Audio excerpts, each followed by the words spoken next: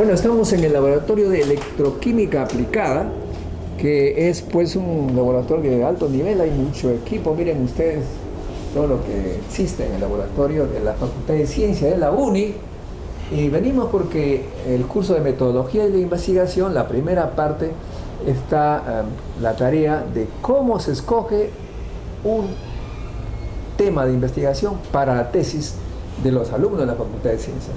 Y la manera más efectiva es visitar a los laboratorios para ver qué es lo que les puede gustar para hacer su trabajo de tesis. Y hemos venido al laboratorio del doctor Adolfo La Rosa, un químico notable del Perú, que tiene muchos proyectos de investigación y publicaciones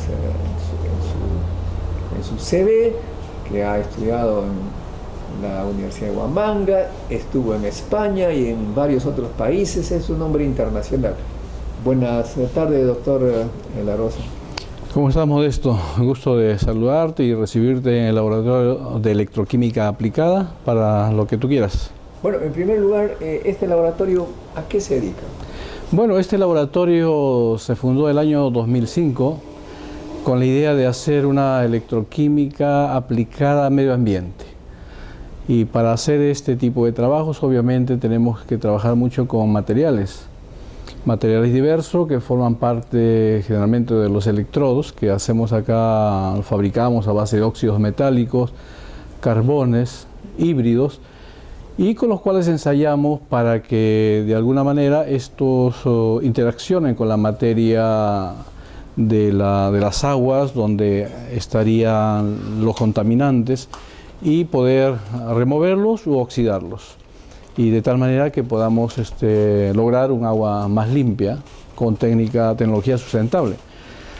La electroquímica en este caso, Modesto, es una herramienta muy útil porque al basarse en transferencia de electrones evitamos el uso de sustancias químicas para hacer los procesos de oxidación. Utilizamos entonces una fuente de energía. ¿Qué cosa es la oxidación, doctor? Bueno, lo que generalmente al aplicarlo sobre materia orgánica, el oxidar un compuesto orgánico significa que lo vamos a convertir en CO2. Entonces, al convertirlo en CO2, esto se va en forma de gas fuera ya del agua, y es una forma muy efectiva y sana de poder depurar el agua de contaminantes. ¿Qué relación tiene, por ejemplo, una planta con el CO2? Se habla mucho de ello. La planta, los vegetales, generalmente son los que absorben el CO2 del medio ambiente, ¿no? Para convertirlo en componente de parte de sus células, de sus componentes que son de la planta misma. Se dice que dan oxígeno. Bueno, es que ellos a través de la fotólisis hacen el proceso inverso de lo que los seres humanos hacemos, es decir, ellos fijan el CO2 y nos otorgan oxígeno. Nosotros hacemos al revés, ¿no? Combustionamos la materia para convertir en CO2. Entonces, en esto existe un equilibrio, ¿no? Entre la existencia de las plantas y nosotros como seres humanos en la Tierra. Nos complementamos entonces. Nos complementamos y a veces exageramos, porque cuando producimos tanto CO2, entonces desbalanceamos el equilibrio y de alguna manera empezamos a sufrir las consecuencias. Dice que la crianza de animales, o sea, la gente que come carne, está contribuyendo con este problema, ¿no? El calentamiento, ¿no? Global por la producción de alta cantidad de metano debido a la forma como las vacas, el ganado hace su proceso biológico. El metano es mucho más invernadero que... Sí, es un componente muy importante dentro de lo que es... Pero me sale un poquito de la línea. Entonces este laboratorio se dedica a la transferencia de energía a través de electrones, digamos, que se intercambian entre los átomos. Efectivamente, entonces para eso nosotros nos ayudamos de fuentes de energía. En este caso tenemos un equipo, es el equipo que todo laboratorio de electroquímica debe tener, es un potenciostato en el cual nos permite controlar el potencial que nosotros enviamos hacia una celda electroquímica. Entonces, al controlarla podemos monitorear en forma efectiva las reacciones que se van a desarrollar dentro de ese sistema, ¿no? Entonces, o sea, depende del voltaje, digamos, que se le aplica a una sustancia, va a haber determinado tipo de reacciones.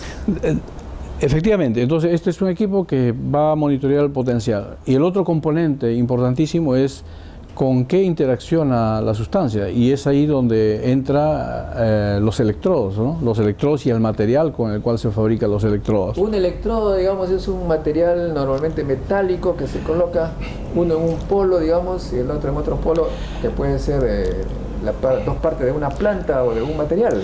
Exactamente, entonces se conforma el juego, ¿no? Ánodo-cátodo. Entonces en el cátodo está ocurriendo la reacción inversa de la que está ocurriendo en el ánodo. Entonces, generalmente una reacción electroquímica nos interesa por uno de ellos. Por decir, si vamos a hacer descontaminación, seguramente nos interesa oxidar la materia orgánica y eso ocurre en el ánodo. Por lo tanto, la atención estaría enfocada en cómo modificamos un ánodo para que ésta trabaje mejor y con mayor eficiencia para el propósito que tenemos. Y en otros casos, de repente me interesa reducir sustancias que están en el agua. Por ejemplo, si hay metales pesados, podemos reducirlo en el cátodo. Entonces, mi interés principal está enfocado hacia el material. Atraparlo. En el caso de los metales sí, porque puedo pasar de un estado oxidado, por ejemplo, el cobre, el cadmio, está en estado oxidado en el agua y pasan a reducirse a estado elemental. Entonces, al cambiar de fase de líquido, al estar en solución a sólido, entonces podemos removerlos, ¿no? Entonces es una forma también efectiva de descontaminar aguas. Sí. Pero además hay esta propiedad eléctrica, la tienen incluso bacterias, ¿no? Mira, a propósito de eso, acompáñame, Modesto, te voy a enseñar algo que es producto de nuestra última investigación. Y aquí lo tienes. Acá hay una conformación de celdas en las cuales se ha colocado agua residual urbana, es decir, estas aguas lo traemos de la planta de tratamiento de agua de Citrar, que es parte de la UNI, y estas aguas, al colocarlos dentro de estas bandejas donde a propósito hemos ubicado electrodos en base a fieltros de carbón, conformando como siempre una celda electroquímica cátodo-ánodo, esto nos permite obtener energía, es decir, en lugar de proporcionarles energía, ellos nos dan energía porque es la forma como las bacterias trabajan, es decir, ellos están consumiendo materia orgánica, pero en esa actividad producen CO2 y producen electrones. Entonces, estos electrones los conducimos a través del ánodo y podemos registrarlos y luego bajarán por el cátodo para hacer el proceso inverso de reducción. Entonces, aquí estas celdas hacen dos procesos que es bueno para nosotros. Uno es generar energía y por otro lado están tratando el agua, porque al consumir materia orgánica del agua residual están bajando el contenido del DBO. Y eso... A ver, déjame comprender un poco. Las bacterias que están allí son de cierta manera atrapadas en este movimiento electrónico y mueren, digamos. No. Digamos que esta agua que hemos recolectado del agua Citrar tiene bacterias. ¿Ya? Claro, están contaminadas de ellas. Entonces, estas, al colocarlos dentro de esta celda, estas bacterias forman su casa. Claro. Entonces, la forma de formar su casa es hacer un biofilm, ¿no? Hacen un biofilm y recubren el electrodo que les he mostrado acá, que es de fieltro de carbón. Eso toma por lo menos unos 10 días. ¿Ya? Y una vez que ya han hecho su casa, ellos empiezan a trabajar, a consumir materia orgánica que está compuesta dentro de esta agua residual, y en ese comportamiento metabólico es lo que genera CO2 y expulsa electrones. Pero no lo hace cualquier bacteria. Eso sí, hay bacterias que hacen ese mecanismo. Bacterias energéticas. Sí, son exoelectrógenas. ¿Ya? Entonces hacen ese mecanismo y son los que entonces colonizan el electrodo. Estos electrodos nosotros hemos tomado muestras del biofilm y hemos hecho un análisis metagénico de las especies de bacterias que están en esos electrodos y hemos encontrado sulfovibrio, por ejemplo, que es unas bacterias exoelectrógenas que tienen pilis y que a través de esos pilis pueden entregar electrones directamente a los electrodos. Y es por eso que nos permite obtener, más o menos estamos obteniendo 500 milivolt por celda, ¿ya? Y en potencia unos 640 miliwatts por metro cuadrado. Entonces no es tan poquito, o sea, sí podemos obtener, no es grande tampoco, pero sí nos permite almacenar. Por eso utilizamos aquí unos supercondensadores que están basados en carbón muy poroso. Y estos supercondensadores nos permiten cargar aquí la energía que nos entrega estas celdas, y luego con esto sí podemos hacer cualquier otro proceso que podamos necesitar para el uso de energía. Por ejemplo, lo último que hemos estado haciendo con esto es generar hidrógeno para almacenarlo en otra forma. Hace poco vi un programa de un científico que se retiró a un lugar totalmente aislado de la civilización, entre comillas. Ajá. Y allí se instaló y utilizaba energía solar y también eólica, y asimismo bioenergía con bacterias. ¿Estamos hablando de lo mismo? Estamos hablando de lo mismo, porque en esto, justamente este proyecto está planteado para ser... O sea, sus desechos exacto, está pensado para ser usado en los sitios aislados donde no hay redes eléctricas, donde se vuelve interesante este proceso. ¿Por qué? Hay la ventaja de que no tenemos el problema del área de terreno, donde esto mismo se puede hacer en unos 100, 200 metros cuadrados, como una especie de pequeño pantano, donde podemos ubicar los electrodos que son en base a fieltro de carbón, que no es tan caro, y luego simplemente poner los cables y siempre mantener el flujo de agua para que puedan las bacterias renovarse y alimentarse. O sea que ya hay aplicaciones prácticas de eso. Sí, lo han aplicado. Supongo que en Perú no está muy difundido, o también. No, en Perú no, pero sí hemos tomado antecedentes de lo que se ha estado haciendo en otras partes del mundo, generalmente en el África, donde se ha utilizado el mismo principio para obtener energía, por ejemplo, de los desechos humanos. Entonces, y esto han logrado ser instalados en algunas cabinas donde se oferta a la gente el cargar su celular en forma gratuita. Y esa es un poco la idea, es decir, si esto estuviera instalado en un lugar remoto de la selva, donde habitan nativos que están un poco aislados y donde hay profesores que no tendrían acceso al internet, si tuvieran una fuente constante de energía y que pudieran cargar una laptop, entonces podrían acceder al internet, porque dado que la señal ya existe en todo el mundo, el Google lo ha hecho, entonces sería una herramienta importantísima para llevar información fresca a las comunidades que están un poco alejadas de la sociedad, ¿no? A propósito, acabo de leer una noticia según la cual los estudiantes más consultan con el Google que con el maestro. Exactamente, porque es lo que está más fresco en la noticia, el avance de la tecnología lo tienen ahí a la mano, ¿no? Entonces ese es muy bueno y está ahora enmarcado dentro del sistema de aprendizaje, y deberían hacerlo así, como el aprendizaje autónomo. El estudiante aprende ahora por sí mismo, el profesor está como un guía ahora, ¿no? Es el papel que debe cumplir ahora el docente. Dime, curiosidad, ¿podría ser de un lago inmundo, digamos, una fuente energética entonces? Yo creo que sería lo mejor, porque esta zona donde las bacterias trabajan es una zona anaeróbica. Es justo la zona donde no hay oxígeno y las bacterias son más eficientes en generar energía. Entonces un pantano es pantano por eso, porque casi no hay oxígeno en ese medio. Entonces si tú ves la disposición de nuestros electrodos, solo el electrodo del cátodo está semisumergido en la superficie, ya, porque va a trabajar con el oxígeno en contacto con el aire, pero la zona interna nos interesa que esté sin oxígeno, y ahí viven bacterias anaeróbicas y son las exoelectrógenas.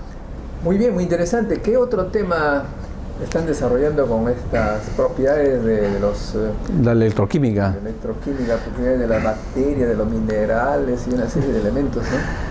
Mira, Modesto, tenemos aparte otros proyectos, no tengo aquí montado como en el caso de las bacterias, pero sí estamos trabajando un proyecto que está orientado a ofrecer una alternativa para recuperar oro de las arenas aluviales, que generalmente se trabaja hoy en día en la zona selvática como Madre de Dios, las regiones ¿Con bacterias? No son bacterias, sino que en este caso tú sabes de que en esta zona de La Pampa y toda esta zona donde hay muchos mineros artesanales de extracción del oro de las arenas, casi todos trabajan extrayendo el oro utilizando mercurio. Entonces, al utilizar mercurio, contaminan todo su entorno. ¿Ya? Entonces, y eso inclusive está permitido en cierta parte por usos y costumbres y hasta por el ministerio, que tiene una reglamentación sobre el uso de mercurio. Pero eso es muy malo. Entonces, lo que el proyecto está intentando hacer es reemplazar el uso del mercurio por otra forma de trabajar. Si tú ves este pequeño reactor y ves, lo vamos a destapar, y ves algo de arena dentro, es porque esto hemos hecho un ensayo aquí donde estas arenas contenían oro. Oro en forma de escamitas muy pequeñitas, que así está como están en los ríos. Entonces, ¿qué hacemos nosotros? Dentro de este reactor colocamos hipoclorito de sodio, mejoramos el pH a pH ácido más o menos, y empezamos a rotarlo en este motorcito que está acá. Lo ponemos acá y lo hacemos rotar. Ahora no lo puedo voltear porque se podía destapar. Lo hacemos rotar y lo conservamos ahí unas 6 horas más o menos rotando, tratando de que la arena esté en contacto permanente con el hipoclorito. El hipoclorito va a funcionar como un lixiviante, es decir, el oro va a pasar a la solución formando un complejo con el cloruro. Entonces, una vez que pasa esas 6 horas, yo ya puedo filtrar. Es muy fácil separar el agua de la arena. Entonces se filtra. Por ser pesado el oro, supongo que va al fondo. No, la arena va al fondo porque ahora el oro pasó a la solución porque el hipoclorito es un oxidante. Permite pasar Explícame, ¿qué cosa es hipoclorito? El hipoclorito es... Una de las razones por no sé muchos nombres raros. El hipoclorito es el producto de la oxidación electroquímica del cloruro de sodio, y el cloruro de sodio es sal de comer. Por eso que todo este proyecto está englobado en una tecnología verde. Es decir, voy a utilizar cloruro de sodio para generarme el hipoclorito in situ, con una celda electroquímica pequeña. Este hipoclorito, como solución, lo voy a colocar acá, le voy a modificar el pH con vinagre, que es ácido, pero no baja a partir de pH 3, está bien, y hacemos rotar el tambor. Una vez que esto rota durante 6 horas, ya el oro que estaba en partículas mezclada con la arena proveniente del río, el oro pasa a solución, ¿no? Pasa a solución formando el complejo cloruro áurico, y la arena, bueno, se va al fondo. Entonces, al filtrar, ahora el oro lo tenemos en la solución. Y el siguiente paso sería precipitar el oro, separarlo del sistema líquido. Y para eso es muy fácil, porque esa tecnología ya se conoce. Agregamos sulfato ferroso y entonces el oro pasará a forma de polvo y separándose del agua. Filtramos otra vez y ahora ya el oro tendremos en partículas. Aprovecho para preguntarte sobre el mercurio. Me decía un científico que los metales pesados o el mercurio ingresan al cuerpo humano y reemplazan a elementos químicos que son útiles para el ser humano, pero al reemplazarlo ya no cumplen la función de esto y por lo tanto el sistema ya no funciona de igual manera. Hay un principio, yo más me oriento a pensar de la siguiente manera: hay un principio en la naturaleza, es decir, nosotros somos conformados en base a lo que la naturaleza existe. Es decir, en nuestro cuerpo, los componentes que hay en el cuerpo también los hay en la tierra y en la atmósfera, alrededor del medio ambiente donde vivimos. Y los componentes y la concentración que tenemos en el cuerpo cumplen ciertas funciones. Lo que se ha determinado es que el mercurio no cumple ninguna función en nuestro cuerpo. Pero invade, digamos... Eso sí, pero claro, el cuerpo lo reconoce como una sustancia extraña. Por lo tanto, cualquier sea la cantidad de mercurio que ingresa a nuestro cuerpo nos va a hacer daño. Ya incorporándose por algún mecanismo dentro de nuestro sistema celular, o permaneciendo en su estado de metal líquido dentro de nuestro cuerpo, dañando nuestro sistema. Y tiene una serie de consecuencias, ¿no? Y tendrá una serie de consecuencias, se le atribuye muchas enfermedades, incluso en los niños, el autismo y una serie de cosas, ¿no?, que es perjudicial. Bueno, muchas gracias. Por ahora nos quedamos con dos aplicaciones. La próxima vez vendremos por más, porque aquí hay muchas cosas, ¿no es cierto? Hay muchas cosas más que contar a lo largo de tantos años. Tenemos entonces acá el uso de la electroquímica para que las bacterias, en lugar de ser, digamos, elementos solamente sucios, nos generen energía y descontaminen el agua. La bioenergía, ¿no es cierto? Por su trabajo normal para vivir, pues nos dan energía. Y por otro lado, hemos tenido aquí un proceso de química que nos permite un poco hacer que el oro, con una sustancia determinada que se llama hipoclorito de sodio, se lixivia, ¿no? Convierte el oro en una especie de solución, lo separa de la arena, se queda separada, y es en ese momento que se le atrapa ese metal de alto valor del resto, que bueno, no tiene lo mismo en lo que respecta al valor, y así evitamos que se use el mercurio y ácido clorhídrico y otros tipos de químicos que están destruyendo nuestro país, la selva, los ríos, etcétera. Pues sería un buen reemplazo. Sin embargo, yo me pregunto, aparentemente todavía no estamos a nivel, a escala como para entregarle los mineros. Mire, por el tiempo no nos ha permitido mostrarte, porque está en el laboratorio nuevo. Ya tenemos un modelo a escala para trabajar en base a unos 10 kilos de arena. Ese trabaja con solo 1 kilo. Entonces, ese modelo nos va a permitir replicar los resultados que hemos tenido aquí, que han sido muy buenos. Estoy dándote una primera información. El rendimiento de lixiviación y recuperación de este sistema es de 99.98% de oro. Entonces es bastante alto. Esto va a dar lugar a una patente. Esto, de hecho, que se está patentando ya el sistema, porque este proyecto cierra en 2 semanas. Entonces, pero es tanto nuestro interés que vamos a seguir con un prototipo más grande y presentarlo a Innova para quizás lograr algunos fondos y poder presentarlo a los mineros artesanales ya como un producto más acabado que ellos puedan utilizar y probar allí ya en el tiempo el uso y según los resultados que sean beneficiosos para ellos, ¿no? Bueno, hay alumnos que te están escuchando con mucha atención, de repente tienen algunas preguntas. ¿Sí? A ver qué nos dicen. Al hacer preguntas, diga por favor su nombre, su disciplina y bueno, adelante. ¿Usted, por ejemplo, cómo se llama? Walter. Walter. Sí, me parece interesante el proceso que quería saber. Por favor, ¿te podría poner al lado del profesor para que se te grabe? Ahí está el micro también. Ok. Quería preguntarle, profesor, ¿cómo era lo último que fue el proceso en el cual ocurría la separación del oro con la arena?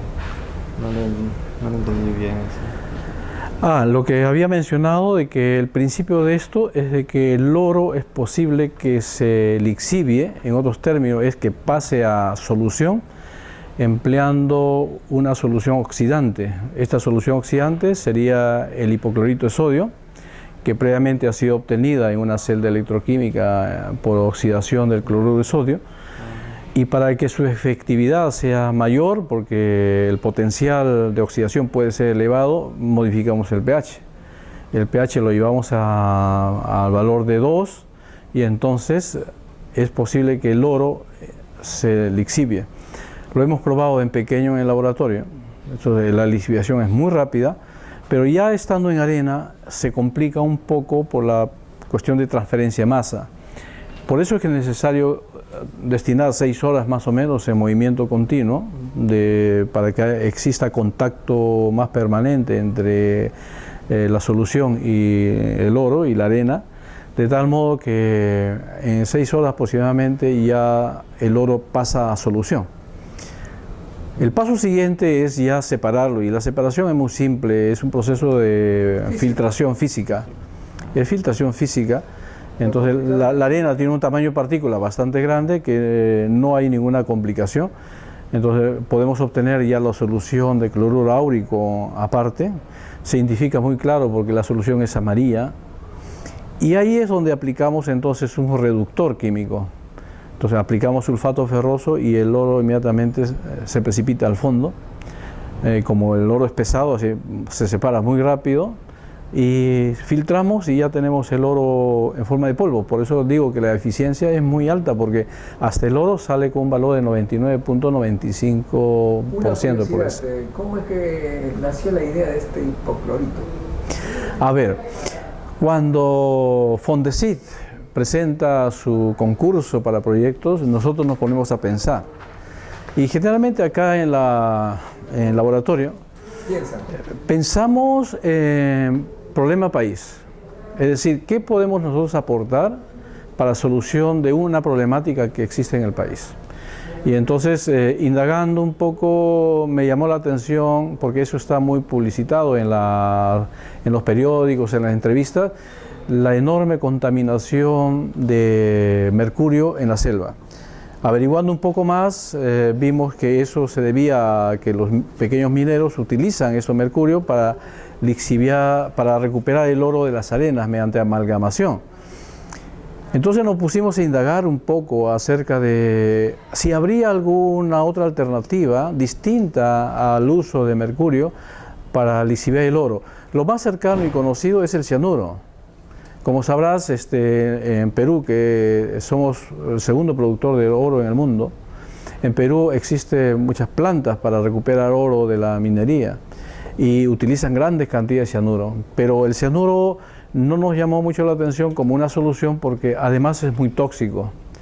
Entonces pensé si no habría otro lixiviante que podía hacer ese trabajo, y vi que en la literatura había mucho presentado.